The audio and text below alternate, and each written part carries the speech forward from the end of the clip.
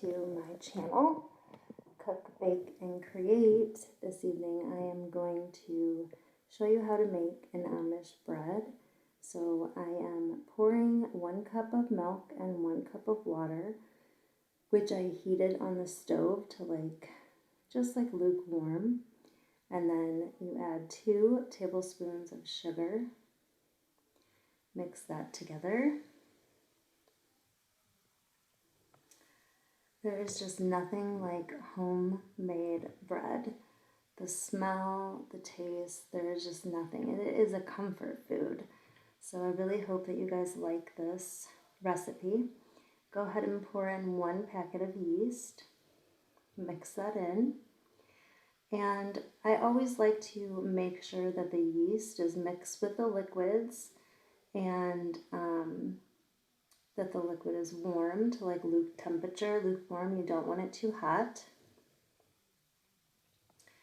And then you just set it aside for about 5 to 10 minutes and wait until it is foamy. Okay, and while that is activating, you can go ahead and, I know there's a lot of people that do this differently, but I just go ahead and measure out the flour. This recipe calls for about 5 to 5.5 cups of flour. You can use bread flour or all-purpose flour. It is up to you. I am using a organic white wheat flour, but it's an all-purpose, but it does act like more of a bread flour. So I did about 5.5, which I ended up having to add a little bit of water to it as I was kneading the bread, which you will see later on in this. And then I just like to whisk it to aerate the flour a little bit so it's not so dense, and to just kind of get it incorporated.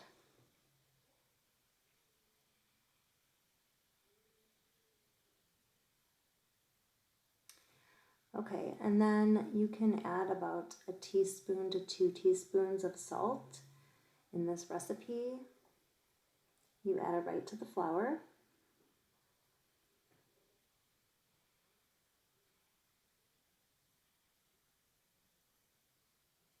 And just go ahead and mix that in.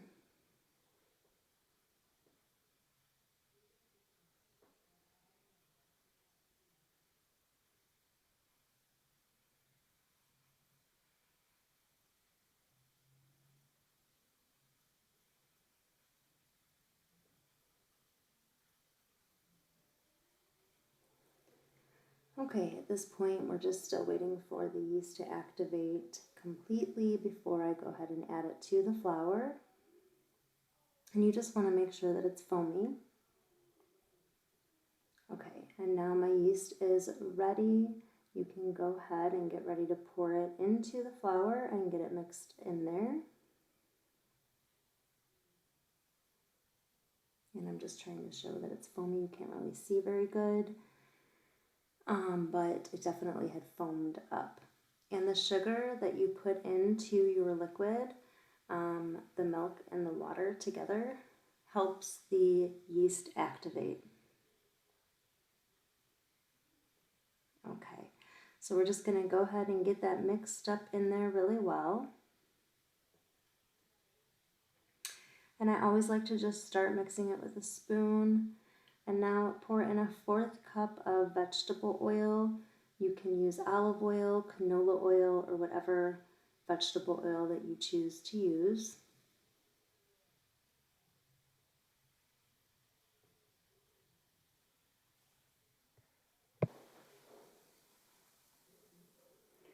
Okay, and now I'm just going to start mixing by hand. Once it starts getting shaggy, it's hard to mix with a spoon. Go ahead and just start kneading by hand. I decided to knead this dough completely by hand, and just to show that it's totally doable, you do not need a fancy mixer. Sometimes if you want to use a bread machine, just to knead it, you can do that, but I actually enjoy kneading dough by hand. I just find it really relaxing. I love working with dough. So you want to knead it for about 10 minutes.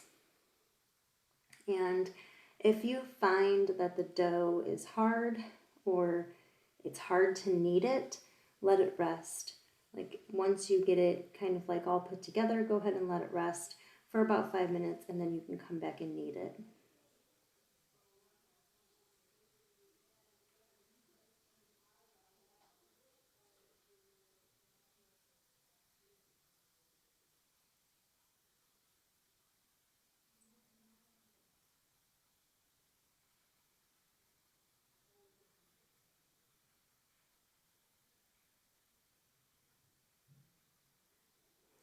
Okay, so I could tell that I needed to add some water to my dough. So I was just going to go ahead and grab some water and add a little bit to it. A little bit at a time. A little bit goes a long way. But my flour is a pretty dense flour. I usually do end up having to use a little more liquid than what a recipe calls for.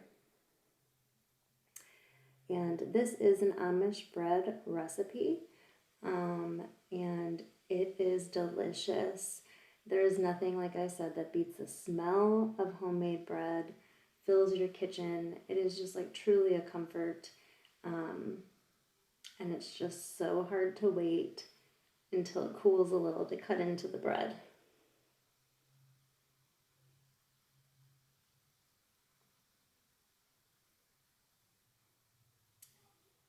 And so what you want is, in case your flour is actually stickier, just add some flour, or like it's softer, add some flour if you feel like it's too sticky. The end result, you're going to want kind of an elastic, soft, but not wet, not too soft dough. So I've been kneading for about 10 minutes and just preparing the dough. It's now starting to feel pretty elastic, yet soft. I've had to add just a little bit more water to mine. But this does make 2 loaves. This recipe calls for 2 loaves of bread.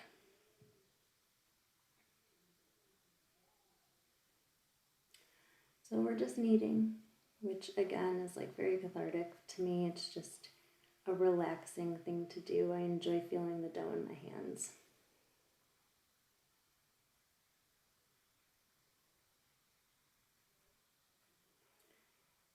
Okay, so now we're just gonna oil the bowl and put some oil on your dough and go ahead and get ready for it to rise. This will rise for about 1 hour or until it's doubled in size.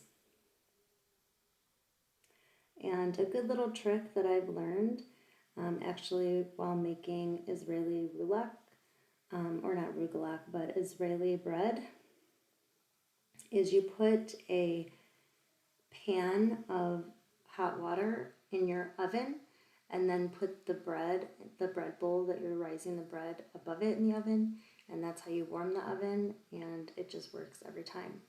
I really love that method. I don't have a warm button on my oven, so I just boil some water in a pan, put it on the lower part of the oven, and then put my bowl above it. The steam kind of fills the oven and it helps your bread to rise really nice. So now we're going to kind of take the dough, cut it in half, pretty equal size, and now I'm just making a loaf with it, kind of a rectangle, and then you can kind of see what I'm doing. I wanted to show if you didn't have a loaf pan and you just had a cookie sheet, so I did it both ways. I actually only have 1 loaf pan. I realized as I was making this, I need to get some more. I retired some because they had seen better days.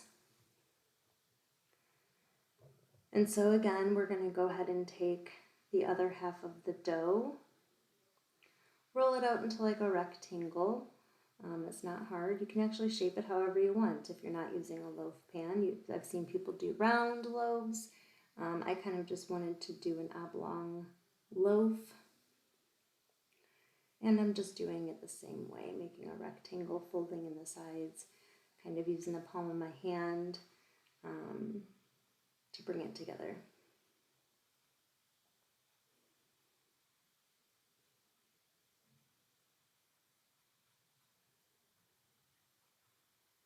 Okay, and for this one, like I said, I wanted it to be a little longer because I didn't have a loaf pan, so I'm actually rolling it a little longer, just so it has like a longer shape.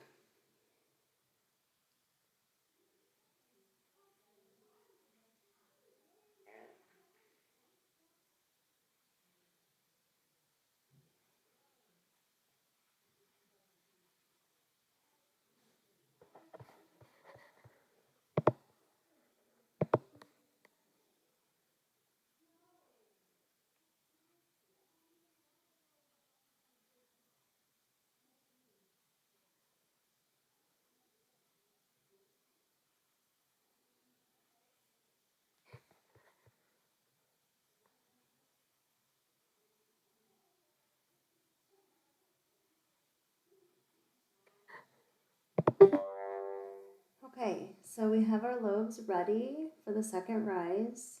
They're going to rise for about 30 minutes or so, 30 to 45 minutes until they again double up. And it just depends on how warm your location is.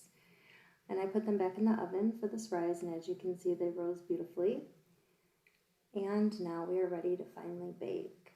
And for the cookie sheet one, I'm just cutting little slits on the top.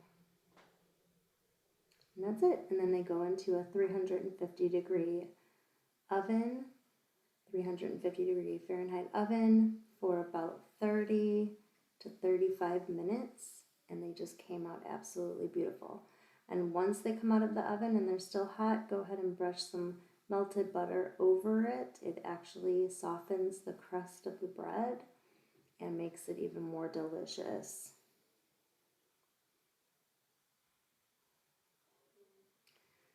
And now the hardest part is waiting for the bread to cool before you cut into it because it just smells so delicious. And I will definitely post this recipe in the description below. Please subscribe and like. This is a brand new channel and I'm hoping to grow it and put more amazing. And as you can see there, cut into the bread, absolutely perfect and delicious.